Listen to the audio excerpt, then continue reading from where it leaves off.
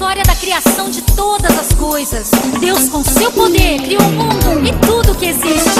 Eu sei que Deus criou o mundo em 6 dias, por sua voz tudo se formou. Jesus falou e então tudo apareceu. Foi assim que Ele o mundo criou. Eu sei que Deus criou o mundo em 6 dias, por sua voz tudo se formou. Jesus falou e então tudo apareceu. Foi assim que Ele o mundo criou. O dia e a noite, os rios, o sol e o mar, estrelas e planetas, o céu azul e o ar.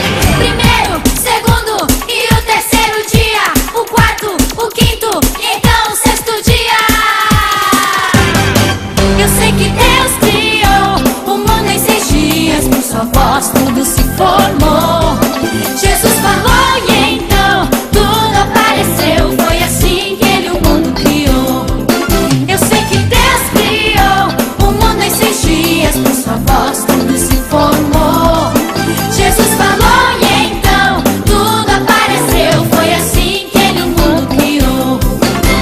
Fez flores e florestas, fez peixes e animais, girafas muito enormes, tico-ticos e pardais.